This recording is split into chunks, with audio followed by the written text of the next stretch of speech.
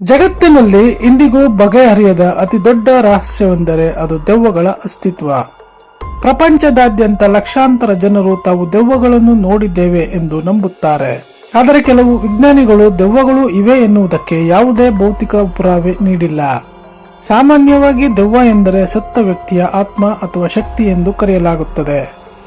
ಅನೇಕ ಸಂಸ್ಕೃತಿಗಳಲ್ಲಿ ದೆವ್ವಗಳನ್ನು ಕೆಟ್ಟ ಶಕ್ತಿಗಳೆಂದು ಬಿಂಬಿಸಲಾಗಿದೆ. ಆದರೆ ಕೆಲವು ಕಡೆ ದೆವ್ವಗಳು ಮನುಷ್ಯರಿಗೆ ಸಹಾಯ ಮಾಡುತ್ತವೆ ಎಂಬ ನಂಬಿಕೆಯೂ ಇದೆ. ಜನರು ವಿಚಿತ್ರ ಶಬ್ದಗಳು ಕೇಳಿಸಿದಾಗ ಅದನ್ನು ದೆವ್ವ ಎಂದು ಭಾವಿಸುತ್ತಾರೆ. ರಾತ್ರಿ ಹೊತ್ತು ಹಳೆಯ ಮನೆಗಳಲ್ಲಿ ಕೇಳುವ ಕಿರುಚಾಟಗಳು ಭಯ ಹುಟ್ಟಿಸುತ್ತವೆ. ಗಾಳಿಯಲ್ಲಿ ಹಠಾತ್ ಆಗುವ ತಂಪು ಅನುಭವವನ್ನು ಕೋಲ್ಡ್ ಸ್ಪಾಟ್ಸ್ ಎನ್ನುತ್ತಾರೆ. ದೆವ್ವಗಳ ಅಸ್ತಿತ್ವವನ್ನು ಸಾಬೀತುಪಡಿಸಲು ಅನೇಕರು ಪ್ಯಾರಾನಾರ್ಮಲ್ ಇನ್ವೆಸ್ಟಿಗೇಷನ್ ಮಾಡುತ್ತಾರೆ. ಇವರು EMF ಮೀಟರ್ಗಳನ್ನು ಬಳಸಿ ವಿದ್ಯುತ್ಕಾಂತೀಯ ವ್ಯತ್ಯಾಸವನ್ನು ಅಳೆಯುತ್ತಾರೆ. ಮನುಷ್ಯನ ಮೆದುಳು ಕತ್ತಲಿನಲ್ಲಿ ವಿಚಿತ್ರ ಆಕಾರಗಳನ್ನು ಸೃಷ್ಟಿಸುವ ಸಾಮರ್ಥ್ಯ ಹೊಂದಿದೆ. ಇದನ್ನು ವಿಜ್ಞಾನದಲ್ಲಿ ಪ್ಯಾರಡೋಲಿಯಾ ಎಂದು ಕರೆಯಲಾಗುತ್ತದೆ. ಅಂದರೆ ಅಸ್ಪಷ್ಟ ವಸ್ತುಗಳಲ್ಲಿ ನಮಗೆ ಪರಿಚಿತ ಮುಖಗಳು ಕಂಡಂತೆ ಭಾಸವಾಗುತ್ತದೆ. ಅನೇಕ ದೆವ್ವದ ಕಥೆಗಳು ಕೇವಲ ಜನರ ಕಲ್ಪನೆಯಿಂದ ಹುಟ್ಟಿಕೊಂಡಿವೆ. ಭಯವು ಮನುಷ್ಯನ ಇಂದ್ರಿಯಗಳನ್ನು ಹೆಚ್ಚು ಚುರುಕುಗೊಳಿಸುತ್ತದೆ.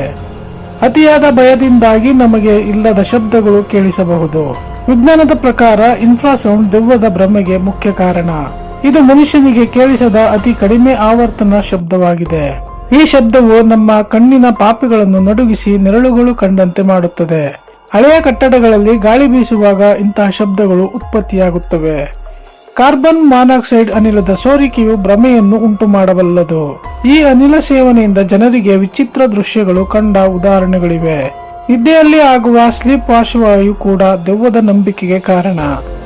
ಈ ಸ್ಥಿತಿಯಲ್ಲಿ ಮನುಷ್ಯನಿಗೆ ಮೈ ಅಲುಗಾಡಿಸಲು ಸಾಧ್ಯವಾಗದೆ ದೆವ್ವ ಕುಳಿತಂತೆ ಭಾಸವಾಗುತ್ತದೆ.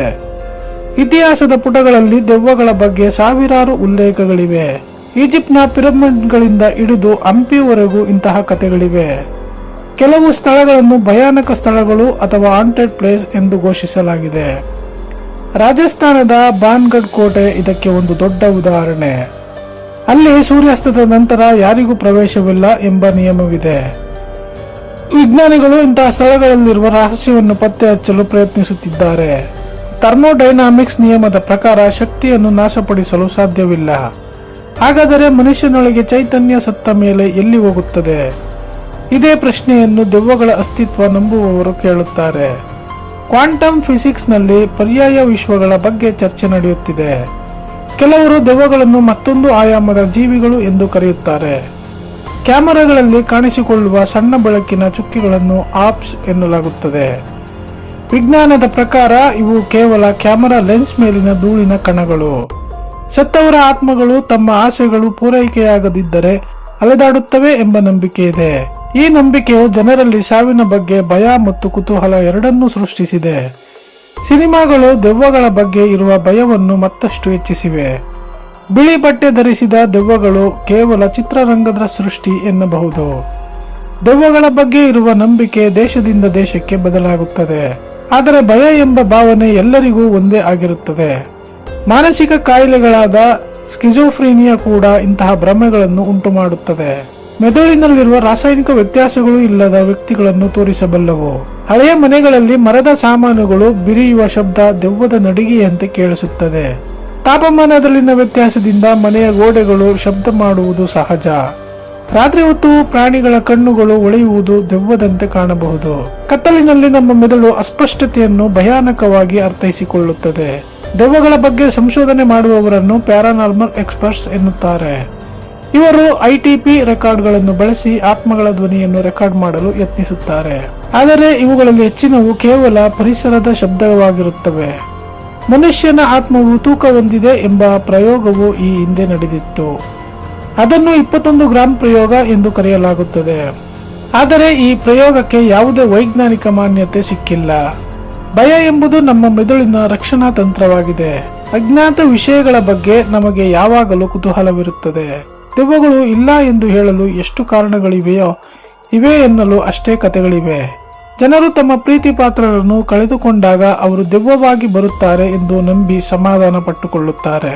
ಶವ ಸಂಸ್ಕಾರದ ವಿಧಿವಿಧಾನಗಳು ಆತ್ಮಕ್ಕೆ ಶಾಂತಿ ನೀಡುತ್ತವೆ ಎಂಬ ನಂಬಿಕೆ ಇದೆ. ದೆವ್ವಗಳ ಬಗ್ಗೆ ಇರುವ ಭಯವನ್ನು ಹೋಗಲಾಡಿಸಲು ಜ್ಞಾನ ಅಗತ್ಯ. ವಿಜ್ಞಾನವು ಪ್ರತಿಯೊಂದಕ್ಕೂ ತಾರ್ಕಿಕ ವಿವರಣೆ ನೀಡಲು ಪ್ರಯತ್ನಿಸುತ್ತದೆ, ಆದರೆ ಪ್ರಕೃತಿಯಲ್ಲಿ ಮನುಷ್ಯನಿಗೆ ತಿಳಿಯದ ಇನ್ನೂ ಅನೇಕ ವಿಷಯಗಳಿವೆ. ಕತ್ತಲಿನಲ್ಲಿ ಮನುಷ್ಯನ ಕಣ್ಣುಗಳು ಅಷ್ಟೊಂದು ಸ್ಪಷ್ಟವಾಗಿ ಕಾಣುವುದಿಲ್ಲ. ಇದರಿಂದಾಗಿ ನೆರಳುಗಳು ಚಲಿಸುತ್ತಿರುವಂತೆ ಭಾಸವಾಗುವುದು ಸಹಜ. ಆತ್ಮಗಳು ಗೋಡೆಯ ಮೂಲಕ ಹಾದು ಹೋಗುತ್ತವೆ ಎಂದು ಕೆಲವು ಕಥೆಗಳು ಹೇಳುತ್ತವೆ. ಇದನ್ನು ವಿವರಿಸಲು ಭೌತಶಾಸ್ತ್ರದಲ್ಲಿ ಯಾವುದೇ ಸೂತ್ರಗಳಿಲ್ಲ. ದೆವ್ವಗಳ ಇರುವಿಕೆಯು ಕೇವಲ ವೈಯಕ್ತಿಕ ನಂಬಿಕೆಯ ಮೇಲೆ ನಿಂತಿದೆ. ಯಾರೋ ಒಬ್ಬರು ನೋಡಿದ್ದಾರೆ ಎಂದು ಕೂಡಲೇ ಅದು ಸತ್ಯವಾಗುವುದಿಲ್ಲ. ಸಾಕ್ಷಿ ಇಲ್ಲದ ಯಾವುದೇ ವಿಷಯವನ್ನು ವಿಜ್ಞಾನ ಒಪ್ಪಿಕೊಳ್ಳುವುದಿಲ್ಲ. ಆದರೆ ಕೋಟ್ಯಾಂತರ ಜನರ ಅನುಭವಗಳನ್ನು ಸುಳ್ಳು ಎಂದು ತಳ್ಳಿ ಹಾಕುವುದು ಕಷ್ಟ. ಭವಿಷ್ಯದಲ್ಲಿ ತಂತ್ರಜ್ಞಾನ ಬೆಳೆದಂತೆ ಈ ರಹಸ್ಯ ಬಯಲಾಗಬಹುದು. ಅಲ್ಲಿಯವರೆಗೆ ದೆವ್ವ ಎಂಬುದು ಕೇವಲ ಒಂದು ಕುತೂಹಲಕಾರಿ ವಿಷಯವಾಗಿ ಉಳಿಯುತ್ತದೆ. ವಿಜ್ಞಾನ ಮತ್ತು ನಂಬಿಕೆಯ ನಡುವಿನ ಈ ಹೋರಾಟ ನಿರಂತರವಾದುದು. ದೆವ್ವಗಳು ಇವೆಯೋ ಇಲ್ಲವೋ ಎಂಬುದು ನಿಮ್ಮ ತಾರ್ಕಿಕ ಚಿಂತನೆಗೆ ಬಿಟ್ಟಿತು. ಭಯವನ್ನು ಗೆದ್ದವನಿಗೆ ದೆವ್ವಗಳು ಕೇವಲ ಕಲ್ಪನೆಯಂತೆ ಕಾಣುತ್ತವೆ. ನಂಬುವವರಿಗೆ ದೆವ್ವಗಳು ಪ್ರತಿಯೊಂದು ಕತ್ತಲೆಯ ಮೂಲೆಯಲ್ಲೂ ಇರುತ್ತವೆ. ಒಟ್ಟಾರೆಯಾಗಿ ಹೇಳುವುದಾದರೆ ದೆವ್ವಗಳ ವಿಷಯವು ಒಂದು ಮನರಂಜನೆಯ ಭಾಗವಾಗಿದೆ. ಈ ಬಗ್ಗೆ ನಿಮ್ಮ ಅಭಿಪ್ರಾಯವೇನು ಎಂಬುದು ನಮಗೆ ಕಮೆಂಟ್ ಮೂಲಕ ತಿಳಿಸಿ. ಈ ವಿಡಿಯೋ ನಿಮಗೆ ಇಷ್ಟವಾಗಿದ್ದರೆ ಲೈಕ್ ಮಾಡಿ, ಶೇರ್ ಮಾಡಿ. ನಮ್ಮ ಚಾನೆಲ್ನ ಸಬ್ಸ್ಕ್ರೈಬ್ ಮಾಡೋದನ್ನು ಮರೆಯಬೇಡಿ ಅಂತ ಹೇಳ್ತಾ ಈ ವಿಡಿಯೋ ಮುಗಿಸ್ತಾ ಇದ್ದೀವಿ.